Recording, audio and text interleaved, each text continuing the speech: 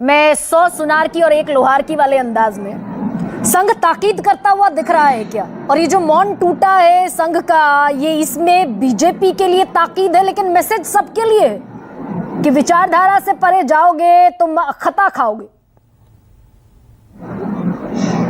हाँ, सभी के लिए, लेकिन मोटे तौर पर किसके लिए हम सब जानते हैं। जैसा वो कहा जाता है ना कि कहना बेटी को सुनाना बहू को, तो वो वाला हिसाब है कि बहू कौन है सब जानते हैं।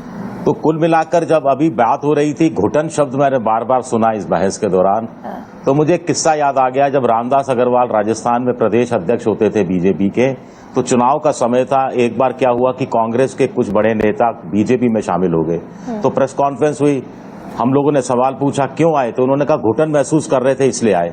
फिर एक पत्रकार ने कहा साहब आपके यहाँ से भी तो कुछ लोग गए, क्यों गए?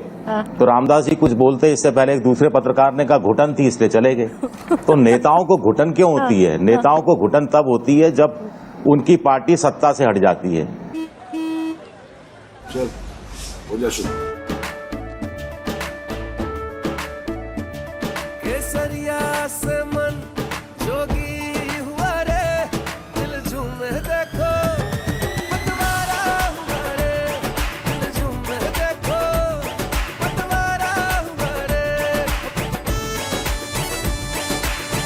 हर पल मनाओ केसरी त्योहार। विमल बोलो जुबान केसरी। घुटन तब होती है जब सीबीआई वाले या इनकम टैक्स वाले दस्तक देना शुरू करते हैं और दूसरी तरफ से ऑफर आ जाता है, और दूसरी तरफ वालों को भी कोई एतराज नहीं है। जिताऊ उम्मीदवार चाहिए जो जीतने वाला हो, जीतने की सीट, अपनी सीट निकालने के लिए वो क्षमता रखता हो, उसके लिए सबके लिए दरवाजे खुले हैं पॉलिटिक्स में। तो अब दल बदलू, अब तो लोग अपने दल को गठरी की तरह उठाते हैं और दल के साथ ही दूसरे दल में शामिल हो जाते हैं। अब तो ये कैटेगरी हो गई है। लेकिन विजय जी, एक सवाल ये भी है कि भाई ये तो हमेशा होता रहा है इतिहास में। 77 की पॉलिटिक्स देख लीजिए, उसके पहले की भी बल्कि देख लीजिए, दल बदलुओं का हमेशा से बोलबाला रहा। लेकिन इस चुनाव में जनता ने बड़े प्लेयर की भूमिका अदा की क्या, कि भाई तुम समझो ना समझो हम समझ रहे हैं? देखिए, जनता के साथ साथ कार्यकर्ताओं ने भी प्ले किया है। हाँ। राजस्थान का मैं बताऊं कि बीजेपी ने दावा किया कि 8000 से ज्यादा छोटे बड़े नेता शामिल हुए। अमित शाह ने 2 बार कहा अपने कार्यकर्ताओं से, बीजेपी के कार्यकर्ताओं से, कि बाहर से लोग ला रहे हैं, हमारी राजनीतिक मजबूरी है लाना, लेकिन इनको पद नहीं मिलेगा। यानी कार्यकर्ता निराश नहीं हो। अब होता क्या है कि जब इतना पोलराइज चुनाव हो गया, नेता वर्सेस नेता, पार्टी वर्सेस पार्टी, तो कार्यकर्ता वर्सेस कार्यकर्ता भी हो गया। एक कार्यकर्ता 20 साल तक एक दूसरी पार्टी के नेता के खिलाफ वोट दे रहा है और उसकी आलोचना कर रहा है। अचानक एक दिन पार्टी कहती है कि कल से इसको इसके पक्ष में बोलना है और इसके पक्ष में प्रचार करना है, तो वो कार्यकर्ता भी तो हाड़ मास का है। बहुत सारी जगह बीजेपी और कांग्रेस को कार्यकर्ताओं के इस विरोध का भी सामना करना पड़ा, और इसका असर सिर्फ उस सीट पर नहीं हुआ, आसपास की सीटों पर भी हुआ। और जैसे संजय जी कह रहे थे छवि बिगड़ी, वो अलग कहानी है, छवि इसके साथ साथ और बिगड़ी है। अच्छा विजय जी, ईडी सीबीआई का बड़ा शोर रहा इन पूरे चुनावों में। कांग्रेस को बहुत आपत्ति थी, ईडी सीबीआई करके पार्टियां तोड़ ली, हमारे नेता तोड़ कर ले गए। उसका सबसे बड़ा ड्रॉबैक बीजेपी ने ही झेला क्या? 13 में से जो टूट कर गए, यामिनी जाधव, ज्योति मिर्धा, जितने भी, मुझे अब नाम भी याद नहीं आ रहा है, उनमें से 13 में से 9 चुनाव हार गए, जो immediate before the election switched party. हाँ, तो मुझे लगता है कि वो हिसाब जनता ने कर दिया, कार्यकर्ताओं ने कर दिया।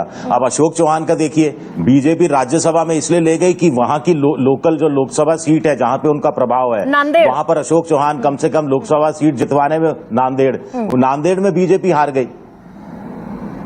हिमाचल प्रदेश में जो 6 विधायक थे जो पार्टी छोड़कर कांग्रेस छोड़कर बीजेपी के साथ चले गए थे राज्यसभा चुनाव में, उनको बीजेपी ने अपने टिकट पर खड़ा किया, जनता ने नकार दिया।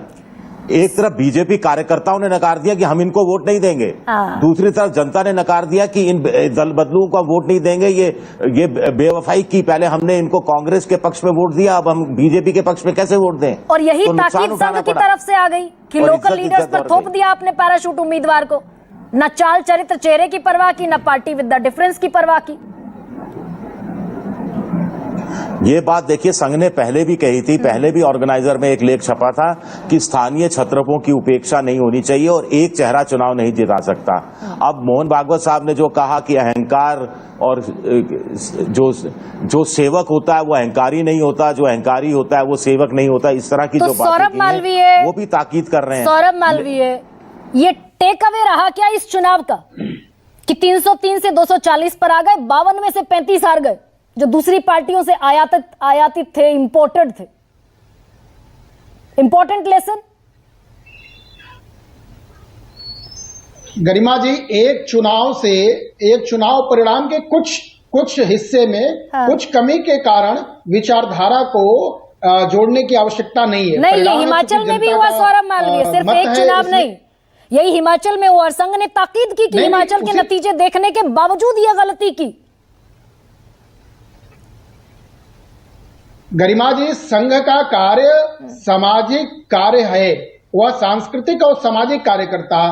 भारतीय जनता पार्टी का काम राजनीतिक कार्य है, तो राजनीति का कार्य करती। बीजेपी को जहां लगेगा वहां चिंतन मंथन विचार करके उस दिशा में सुधार के लिए काम करेगी। नहीं सौरभ मालवीय, मैं तो सीधे आपसे पूछ रही हूँ, अपना काम कर रही है। आयातित दागी भ्रष्टाचारी जो थे, ये डेंट बना क्या?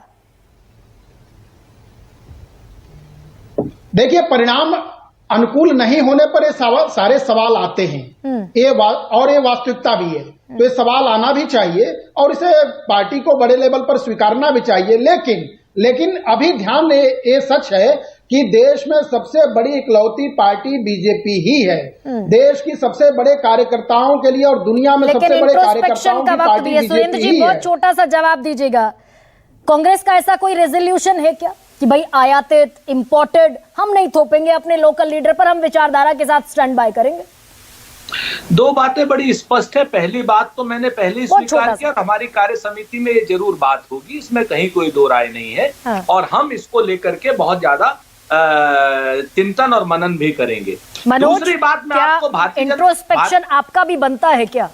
मैंने जो विचारधारा कह रही, विचारधारा के प्रति जितने लोग भी प्रतिबद्ध हैं, समाजवादी जो बाबा साहब की विचारधारा थी, जो डॉक्टर लोहिया की थी, जो अशफाक साहब की थी, जो भगत सिंह की थी, जो पूज्य गांधी की थी, जो एक समय में जिनको आज के नेता बता देते हैं कोई जानता ही नहीं, और एक समय में गांधी 19वीं सदी में, जिनको डॉक्टर लोहिया ने कहा कि 19वीं सदी की का प्रकृति का सबसे सर्वोत्तम निर्माण पूज्य गांधी है। एक सदी में वो साउथ अफ्रीका महाद्वीप में, यूरोप महाद्वीप में और एशिया महाद्वीप में, 3 महाद्वीपों में जिसने परिवर्तन लाया हो, लोगों को जगाया हो, तो हमारे जो विचारधारा के प्रति जिसकी प्रतिबद्धता होगी उसकी समाजवादी पार्टी स्वागत करती है। आपके संवाद से संबद्ध होते किसी भी आपराधिक पृष्ठभूमि को कहीं कोई समाजवादी पार्टी में जगह नहीं है।